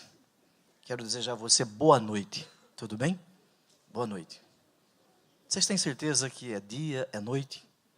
Vocês têm certeza que vocês estão aqui agora ou nós estamos acompanhando uma holografia? Nós vamos falar um pouco sobre certezas e sobre dúvidas. Falar um pouco sobre isso. Eu vou dividir a minha fala em 3 tópicos. A primeira delas, quem sou, de onde eu vim, o que eu quero. Não vou falar mais do que 12 minutos. Existem estudos que revelam que o cidadão não aguenta ouvir o outro mais do que 12 minutos. Ele muda o lado do calipijo. Calipijo é chamado de bunda, né? E o governador pode falar bunda. Ele muda o lado, né? Ele começa a tuitar. O Orkut. Ainda existe Orkut hoje? Não existe mais. Muito bem. O universo ele tem de 14 a 15 bilhões de anos. A Terra de 4 a 5 bilhões de anos. A história ela começa a ser narrada há 6.000 anos antes de Cristo. Tudo era muito lento. Muito lento. Hoje tudo é muito rápido, muito veloz. Imagine antigamente, você tirava um retrato, levava para revelar este retrato, notadamente era numa empresa que revelava de um japonês, lá em Mato Grosso era Sakura. Revelava, aí demorava 15 dias, aí você via aquela imagem. Hoje você vê imediatamente. O tempo, já dizia Einstein, e aqui foi citado, é relativo. Ele não é absoluto. Não é absoluto. Esta estrela que nós veremos na saída deste prédio é uma estrela que não existe mais. É uma estrela que já desapareceu, segundo a astronomia moderna, há muito tempo. Não existe mais essa estrela. O que nós estamos vendo e acompanhando é o reflexo da explosão dessa estrela. Eu quero dizer com isso, senhores, que hoje as verdades, elas precisam ser relativizadas. Algumas destas verdades. Eu não vim aqui incutir as minhas verdades nas verdades de cada um de vocês. Eu vim aqui falar sobre as minhas verdades. E as minhas verdades dependem do que se denomina de pré-compreensões. E as pré-compreensões, elas se fundamentam em alguns pontos que são importantes para a história da humanidade. O primeiro deles, eu já fui um ser unicelular. Eu já fui uma ameba. Ameba. De acordo com Darwin, para aqueles que são evolucionistas, não criacionistas, nós todos já fomos uma ameba. Outro ponto importante, para que nós possamos falar sobre pré-compreensões. Ponto importante. No momento em que Copérnico chegou e disse que a Terra não era o centro do universo, ele concluiu que nós somos uma poeira diante do universo, que nós não sabemos o seu limite. Permitam-me citar mais 2 pontos. Eu já fui marxista. Na minha sala tem um quadro gigante de Marx. Grande. Marx falava sobre determinismo histórico, sobre ideologia. Eu sou de onde eu vim. É um momento importante. Poderíamos discutir o marxismo, mas não é o objetivo. E um outro momento. Quando Freud falou sobre o inconsciente, existe uma força dentro de nós que nos faz reconhecer que somos animais incontroláveis. Tudo isso fundamenta as minhas pré-compreensões. O que eu sou, de onde eu vim, o que eu quero. Quem sou? Eu sou governador do estado de Mato Grosso, antes fui senador da República, antes fui procurador da República, antes fui juiz, antes fui procurador do estado de São Paulo. Eu fui procurador da República durante 15 anos, buscando prender político. Eu tinha nojo de político, aversão a político. Peninha, Paulinho. Prendi presidente do Congresso, deputados. Eu fiz os 2 júris do Ildebrando Pascoal, aquele que cortava pessoas com motosserra. Fiz os 2 júris. Teve um determinado momento, morava em São Paulo, acordava cedo e ia na padaria Benjamin Abrão, um lugar maravilhoso, na José Maria Lisboa, lia a Folha de São Paulo, voltava para casa, ia passar férias na Grécia, na Turquia. Aí eu disse, não aguento mais isso, estou de saco cheio. Eu posso falar de saco cheio? Posso falar. Saco cheio porque está no dicionário. Aliás, eu tenho liberdade de falar. E liberdade é a possibilidade de escolher o seu destino. Liberdade é autodeterminação. Existe um poeta mato-grossense da Academia Brasileira de Letras, morreu recentemente, chamado Manuel de Barros. Para ele, liberdade tem o seguinte conceito. Quem anda no trilho é trem de ferro. Liberdade é igual a água num riacho entre as pedras. Liberdade caça jeito.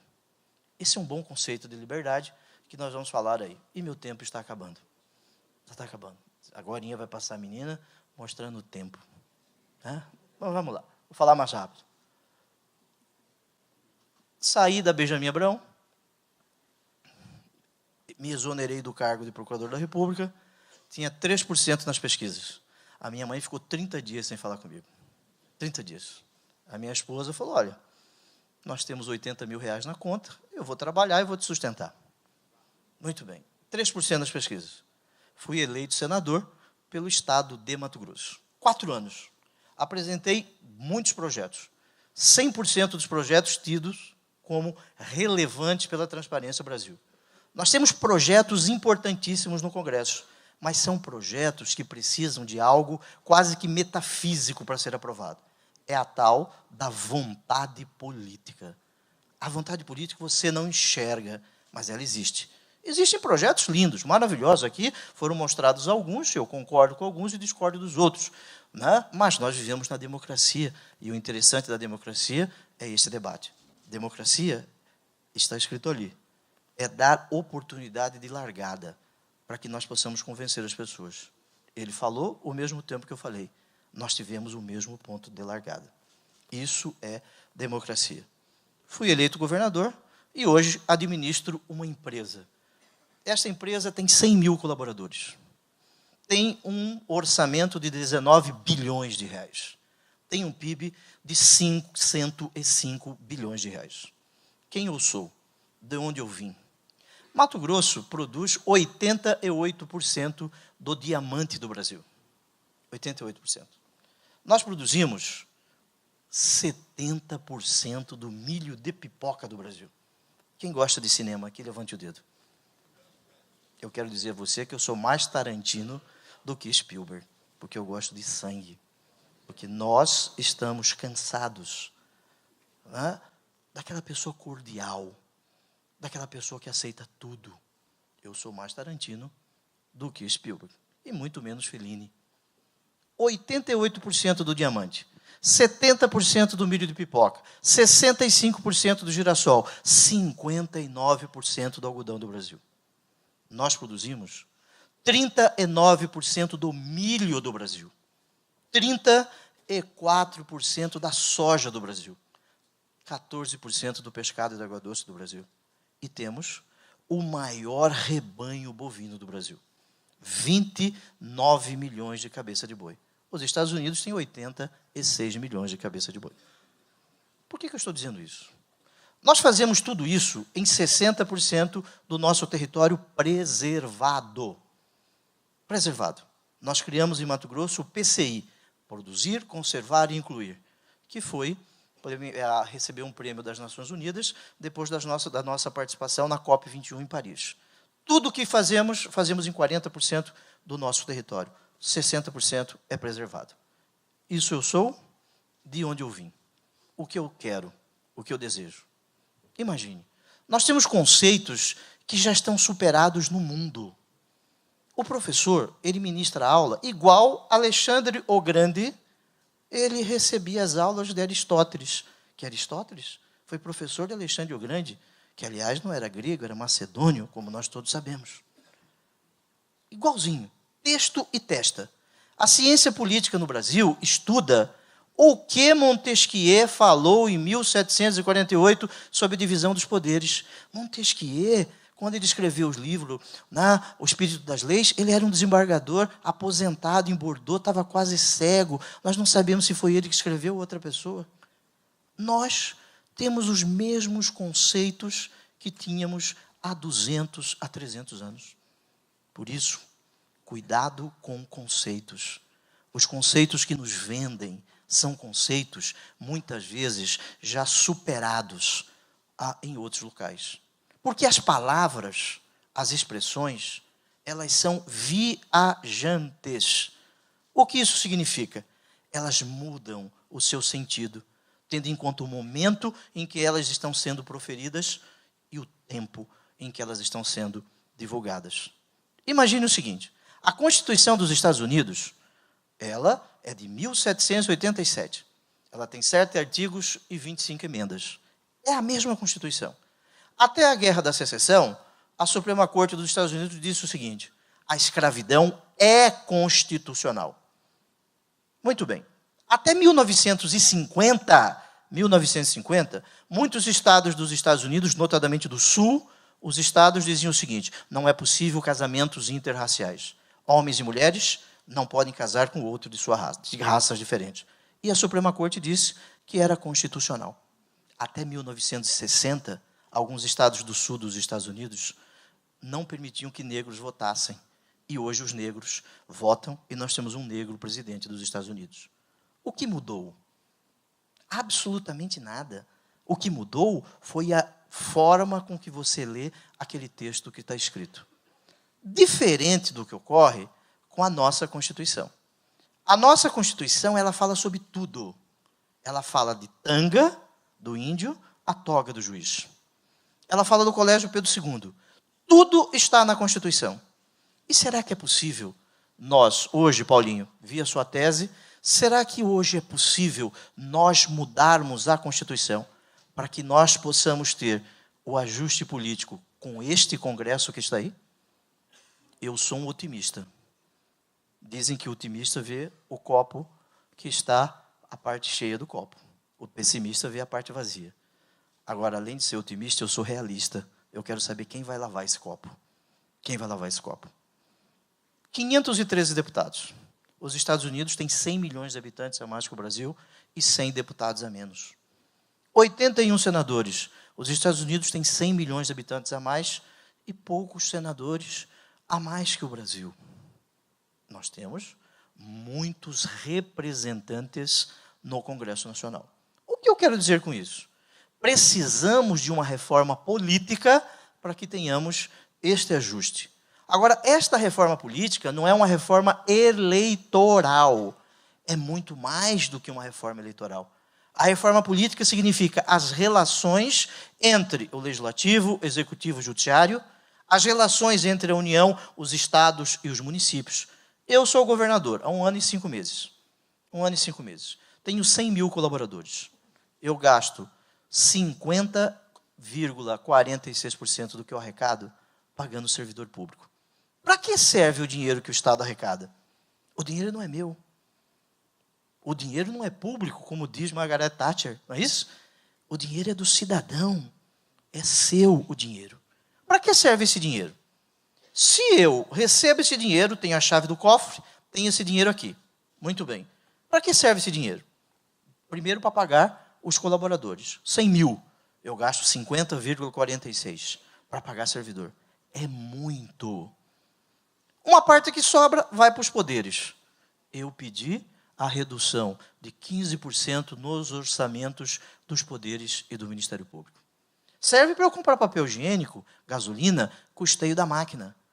Eu determinei e nós conseguimos, ano passado, 25% de economia no custeio da máquina. Isto é um absurdo nos valores. E o dinheiro serve para investimentos. De cada R$100, sobra para eu investir em novas escolas, novos hospitais, R$3. Eu não vou conseguir deixar de ser gerente de banco ou chefe de departamento de recursos humanos. Eu só trato de pagar conta e pessoal. Esta é a função dos governadores hoje. Precisamos mudar isso. E de que maneira? Neste ajuste político, que não é uma reforma eleitoral, precisamos estabelecer um determinado valor para gastos com serviço público. Ah, mas isso já foi feito pela Lei de Responsabilidade Fiscal. Já foi feito, sim, pela Lei de Responsabilidade Fiscal. Agora nós precisamos apertar mais isso, porque o Estado não está cabendo dentro da casinha, dentro da caixinha. O Estado está gastando muito. E esse dinheiro não é público. Esse dinheiro é do cidadão. Para que serve o Estado? Imagine, eu queria tomar um suco de laranja, aí pedi para a minha assessoria comprar laranja. Aí a assessoria foi comprar laranja, aí eu preciso do liquidificador para bater essa laranja. Aí pedi para comprar o liquidificador. Aí eu preciso contratar alguém para bater essa laranja no suco. Aí o liquidificador estragou, mandou para uma oficina única de liquidificador. Alguém roubou o motor do liquidificador. É muito mais fácil eu ir na iniciativa privada e comprar o suco de laranja. Para que eu quero fazer o que não é função do Estado? O Estado não sabe fazer determinadas coisas. O Estado não sabe determinadas coisas. Muito bem. Nós estamos aqui discutindo Estado mínimo. Margaret Thatcher. Estamos discutindo o consenso de Washington. Eu não estou discutindo isso. Neoliberalismo. Amigos, estes standards, estes símbolos, estes signos não mais existem hoje. Nós precisamos pensar que vivemos num mundo que é totalmente diferente. Alguns conceitos precisam ser revisitados. Eu vou falar daqui a pouquinho sobre o Estado, mas eu vou citar um conceito que precisa ser revisitado. Partido político, associações, sindicatos. Surgem em um determinado momento histórico os partidos políticos na Inglaterra, 2 partidos, Tory e Vicky. As associações no século XIX surgem aí, como entidades intermediárias entre o Estado e o cidadão.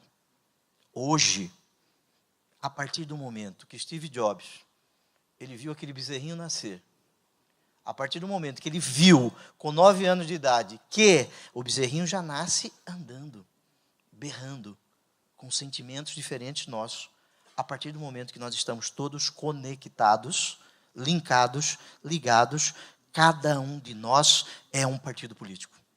Cada um de nós é uma associação. Cada um de nós é um sindicato. Nós não precisamos mais dessas entidades intermediárias. Fui o relator no Senado da República do projeto, né, de a emenda constitucional sobre candidaturas avulsas. Sou absolutamente favorável a candidaturas avulsas. Não precisamos de partidos políticos. Muito bem, partido político de esquerda ou direita. Quem que é de esquerda e direita hoje no Brasil? Quem que é de esquerda? Estes conceitos surgem lá na Revolução Gloriosa, em 1688, depois na Revolução Francesa, em 1789. Esses conceitos desapareceram neste momento histórico que nós precisamos revisitar estes institutos. Eu sou de esquerda ou sou de direita? Não me interessa. Não me venha colocar um carimbo na testa. Não me venha colocar um carimbo na testa. O que eu desejo, amigo, é que a nossa sociedade seja mais livre, mais justa, mais solidária. Pode rasgar a Constituição. Isso está escrito ali no artigo 3º. Fazer com que a nossa sociedade seja mais livre, mais justa e mais solidária. Muito bem. Cuba. Eu visitei Cuba 3 vezes. Cuba é uma sociedade justa. Todos são pobres. É uma justa. Alguém conhece alguém que fugiu para Cuba? Fugiu para Cuba. Vocês conhecem alguém? Ele fugiu para Cuba. Eu quero morar em Cuba. Alguém conhece alguém que fugiu para Cuba? Zé Dirceu fugiu para Cuba. Fugiu para Cuba. Eu não conheço mais ninguém que tenha fugido para Cuba. Cara, eu quero morar em Cuba. Eu não conheço. É uma sociedade justa. Todos são pobres. No Brasil, mas lá não é uma sociedade livre. Nós poderíamos ter um evento como este lá em Cuba? Não poderia. Não poderíamos ter um evento como esse. Lembramos do Manuel de Barros? Quem anda no trem é trem, quem anda no trilho é trem de ferro. Liberdade caça jeito. Ele tem um poema muito bonito chamado O Menino que Carregava Água na Peneira. Diz que gosta de mais vazios do que cheios. Leiam esse poema, que é muito bonito. O que nós desejamos é que a nossa sociedade seja justa, livre e solidária. Muito bem. Cuba é uma sociedade justa, mas não é livre. E o Brasil? É uma sociedade livre, mas não é uma sociedade justa. Nós precisamos fazer com que este espaço, que recebe o nome de desigualdade social, este espaço seja reduzido em menor espaço. Este espaço. E como fazer isso? É você sendo de esquerda ou você sendo de direita? Cuidado. Cuidado com o chavismo. Chavismo. A intolerância. A falta de liberdade de imprensa. A falta de liberdade para você escolher o seu destino. Cuidado com o chavismo. A minha cor não é a cor vermelha. Eu prefiro verde e amarelo. Não é vermelho. Cuidado com o chavismo. O Brasil é livre, mas não é justo. De que maneira vamos superar isso? A Constituição estabelece mecanismos. Agora, o Estado, o que ele precisa fazer para que a sociedade seja justa, livre e solidária? Fazer, amigos, o que ele sabe fazer. Hoje, neste revisitar desses institutos, nesse revisitar dos institutos, ao meu juízo, é a minha verdade. Eu não quero incutir a minha verdade na verdade de ninguém. Ao meu juízo, não existe mais aquele conceito entre interesse público e interesse privado. O que existe é interesse social. E neste interesse social, nós temos juntos a iniciativa privada e o setor público. Este é o interesse social. Trago um exemplo. Mato Grosso produz 29 milhões de cabeças de gado bovino. Já vamos superar a Austrália logo, logo. Muito bem. Existem 5 institutos que tratam de carne no mundo. Austrália, Nova Zelândia, Argentina, Uruguai, Estados Unidos. Nós criamos em Mato Grosso o IMAC, Instituto Mato Grossense de Carne, porque nós não queremos vender boi, eu quero vender carne. Como é o café da Colômbia, que aliás é horrível, mas tem aquele burrinho que vende no mundo todo. Lembra aquele cafezinho, aquele burrinho? Café da Colômbia, a banana do Equador. Esse IMAC, ele é feito assim. Quem manda no IMAC é o governador do estado? Não, é um conselho. Este conselho fazem parte dele produtores, a indústria frigorífica e o Estado. 2 representantes dos produtores, 2 representantes da indústria frigorífica, 1 representante do Estado. Por que isso? Porque o Estado não sabe fazer tudo. Não sabe fazer tudo. É um exemplo. Nós temos em Mato Grosso 756 escolas, 400 mil alunos. Eu chamei o presidente da Associação Mato Grossense dos Produtores de Algodão. Mato Grosso produz 59% do algodão do Brasil. Eu disse a eles, amigos, eu preciso de 800 mil camisetas para dar 2 camisetas para cada aluno. Mas eu não quero dar, eu quero trocar cada camiseta por R$3. E aqueles R$6 por 2 camisetas vai ficar dentro daquela escola, para que o aluno saiba gerir o conselho daquela escola, aqueles recursos para resolver a cantina, para que ele saiba o valor do dinheiro, porque ganhar dinheiro não é crime. Ser rico não é pecado. Ser rico não é pecado. 800 mil camisetas. Muito bem. a Associação Mato Grossense nos doou 800 mil camisetas. Nós criamos um símbolo, algodão de Mato Grosso. Eu não tenho símbolos do governo. Eu não tenho fotografia minha nas repartições públicas. Eu sou contrário a isso. O símbolo é um brasão e, deste lado, algodão de Mato Grosso. Não tem a minha foto. Muito bem. 756 escolas. Eu quero fazer as escolas através de parcerias públicos-privados. No Rio Grande do Sul, hoje, existe 160 escolas ocupadas. Em São Paulo, 100 escolas ocupadas. 100. Em Mato Grosso, 20 escolas ocupadas. Estas escolas ocupadas por estudantes, não. O professor Fernando, que nos antecedeu no outro painel, falou pelas minorias barulhentas, com camisa do Che Guevara, com camisa do MST e da CUT. E nós estamos fazendo o quê contra isso? Pense você. Ouça. Ouça este silêncio. Esse é o silêncio do covarde que deixa minorias barulhentas imporem as suas posições. Nós não queremos violência, ofensa à integridade, mas as posições precisam ser defendidas e respeitadas. Eu quero fazer PPP. Eu quero caminhar, quem sabe, para organizações sociais. Mas aí nós temos hoje servidores que estão em greve geral no nosso Estado. É um direito do servidor fazer greve. Aliás, eu fui relator do direito de greve do servidor público no Congresso, no Senado da República. Aí o senador Paulo Paim pediu vista, não devolveu até hoje. Direito de greve do servidor. Agora, existe um limite a isso? Existe um limite? Existe um limite a isso. O limite é o voto. O limite é a escolha. Este é o limite.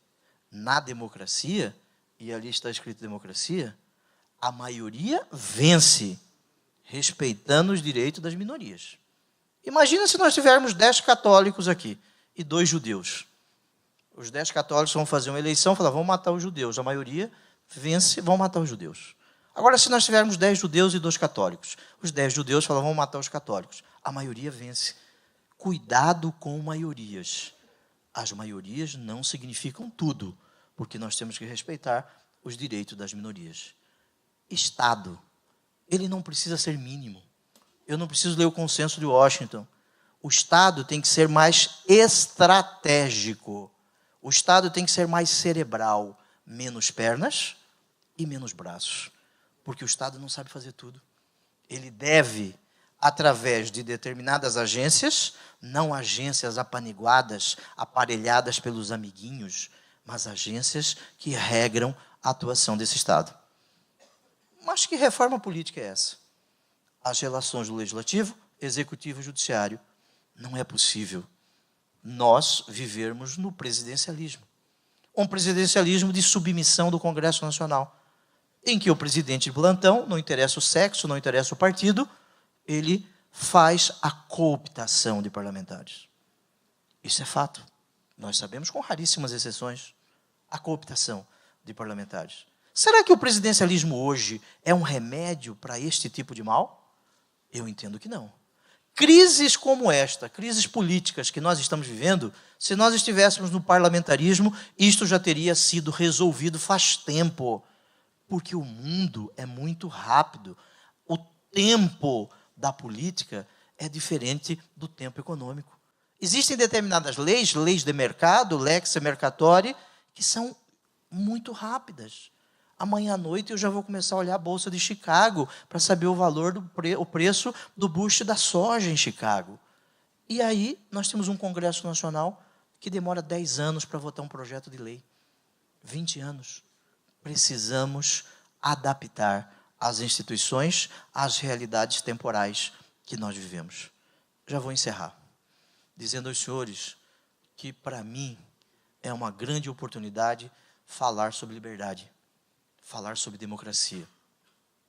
É uma grande oportunidade, porque vivemos momentos no Brasil de impaciência, momentos de separação de pessoas, homens para cá, mulheres para cá, heterossexuais para cá, homossexuais para cá, negros para cá, brancos para cá, católicos para cá, evangélicos para cá. O momento é, infelizmente, de impaciência.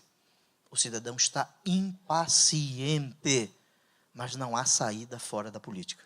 Mas a política é muito importante para ficar só na mão dos políticos.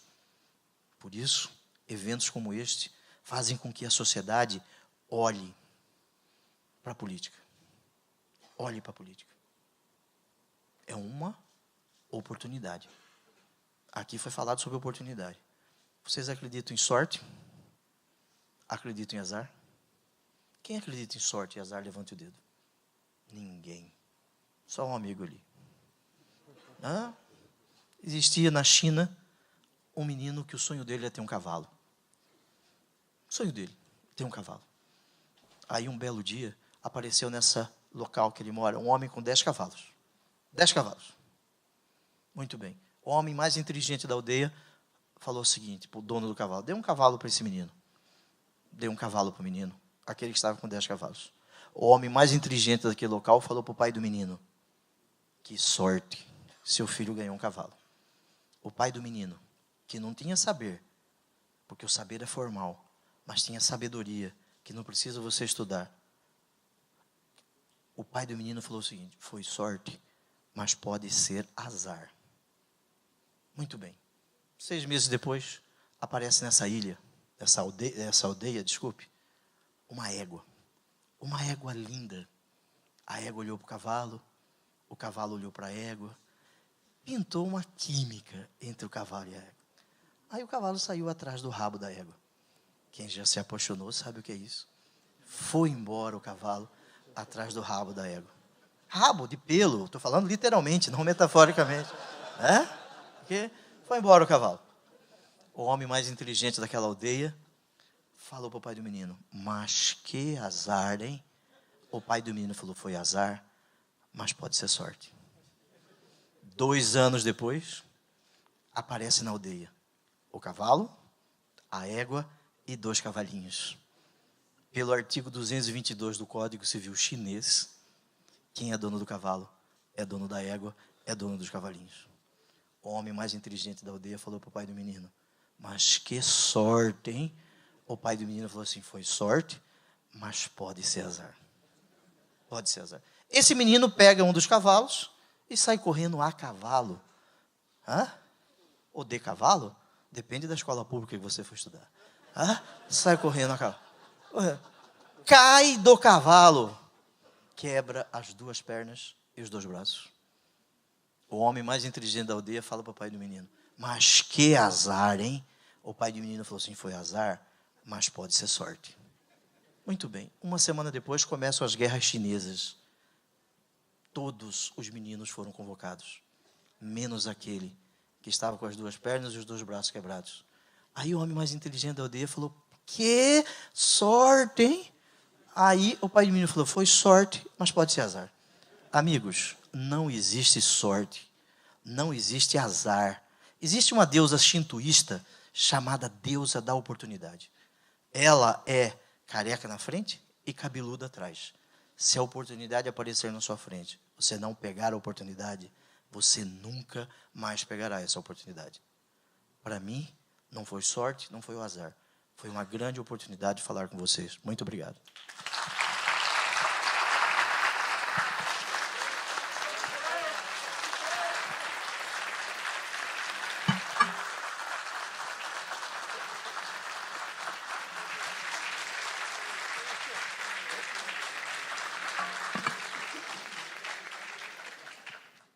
Bom, muito obrigado, governador. Agradeço pelas palavras. Vou fazer 3 perguntas, uma para cada palestrante, se me permitem. Eu só peço para que respondam de forma direta, objetiva e bem curta, porque a gente está em cima do horário. Tá certo? Na verdade, o horário já passou e a gente já passou por cima faz tempo. Mas vamos lá. Primeiro é o deputado Peninha. Uma das medidas necessárias para recuperar o prestígio do Congresso é melhorar sua representatividade. O voto distrital tem encontrado ressonância entre os parlamentares? E também, a Dilma, pode voltar? Bem, começando pela Dilma, então. Não acredito que volte, porque seria um retrocesso muito grande e o preço que o país pagaria seria muito alto. Agora, não tem dúvida que essas denúncias envolvendo o Lava Jato, ela, de repente, pode comprometer também o atual governo, Michel Temer e muitos. Eu sou do PMDB, do partido do vice-presidente, mas pode comprometer, e aí sim ele ter dificuldade. Mas, caso isso venha acontecer, eu não vejo como a Dilma voltar. Eu vejo, sim, de repente, que poderá acontecer é uma nova eleição para presidente, que, de repente, possa acontecer esse ano ainda. E a outra pergunta foi em relação ao voto distrital, se ele pode ajudar a melhorar a representatividade no Congresso. Eu acho que sim. Além de que o voto distrital, se nós tivermos voto distrital, eu, por exemplo, sou do Vale do Itajaí, fui eleito pelo Vale do Itajaí, eu não vou ser um deputado de Santa Catarina. Eu vou pensar só no meu umbigo, que é naquela minha região. E eu tenho que ter uma visão do conjunto de Santa Catarina e não só de uma região. E não passa, o grande problema é que as reformas políticas que deveriam ter passado não passam. Primeiro, que nós temos um excesso de partidos no Brasil, 34 partidos, temos até o Partido Nacional Corintiano, vejam só, né? Partido Nacional Corintiano. E são 24 partidos lá que representam na Câmara dos Deputados. E o regimento da Câmara ainda é aquele mesmo do bipartidarismo, enquanto só tinha MDB e Arena. E a dificuldade é muito grande para aprovar. E os pequenos partidos, infelizmente, é uma ditadura da minoria. Eles conseguem impossibilitar qualquer avanço em termos de reforma política, e talvez por isso que não avançou tudo aquilo que nós gostaríamos que avançasse. Tá certo. Ao governador Pedro Taques, como que um ex-procurador vira político e o senhor almeja a presidência? Nem de escola de samba ainda, né?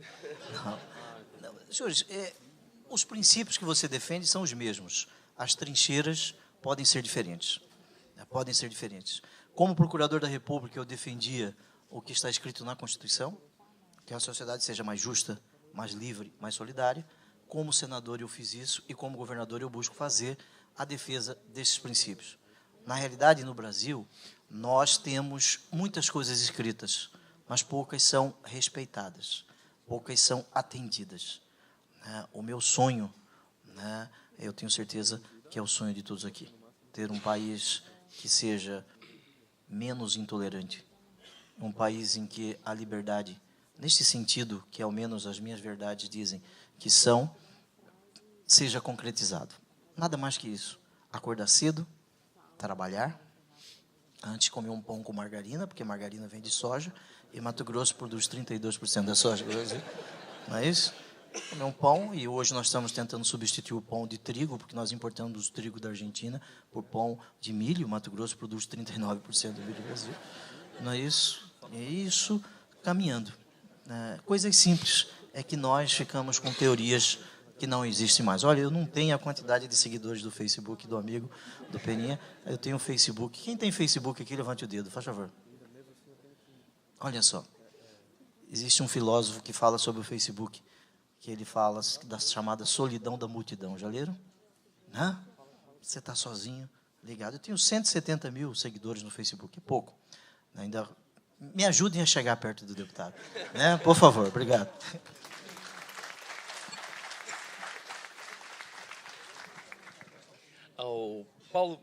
Ao Paulo Bornhausen, nos países com mais prosperidade, percebemos que o poder está nas famílias, nos bairros, nas cidades, nos estados. Sobra para o governo federal apenas cuidar da segurança nacional e do comércio exterior. O senhor acredita que isto é o melhor e que é possível transformar o Brasil para esse modelo, onde teremos mais Brasil e menos Brasília? Eu acho que esse é o desejo de todos, né?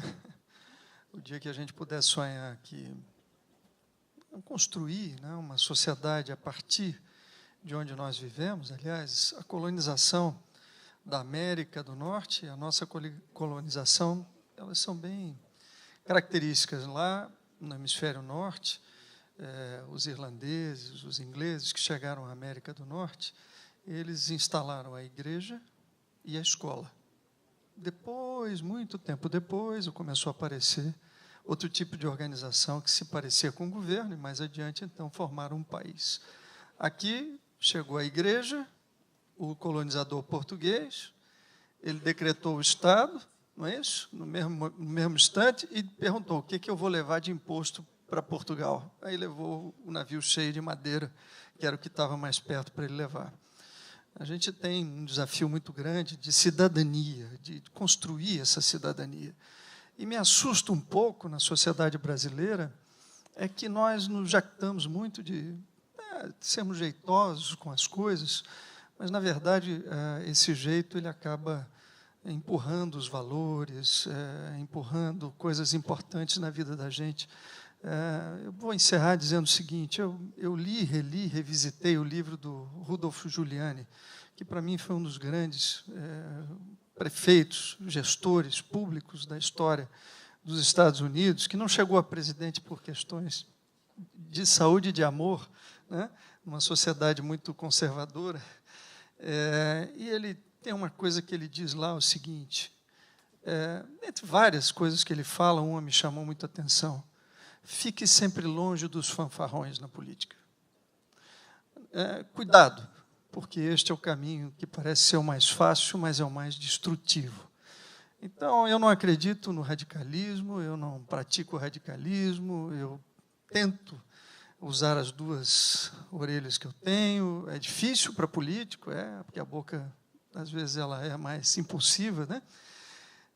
Mas eu acredito que esse tipo de fórum, né, que é um encontro, né, eu li um livro, The Wisdom of Crowds, né, que fala do poder dos grupos, das pessoas juntas, de mudarem o mundo, de organizarem, de colaborar, de co-criar. É isso que a gente precisa. Menos de ícones e mais de trabalho duro e de pessoas que queiram fazer juntas as coisas acontecerem. Que pensem e entendam menos e que escutem mais e que façam mais. Então, aqui eu quero agradecer, Bruno, já me despedindo, né, essa oportunidade. Aprendi muito aqui hoje, pelo que eu escutei, e aprendi muito pelo silêncio também. Muito obrigado.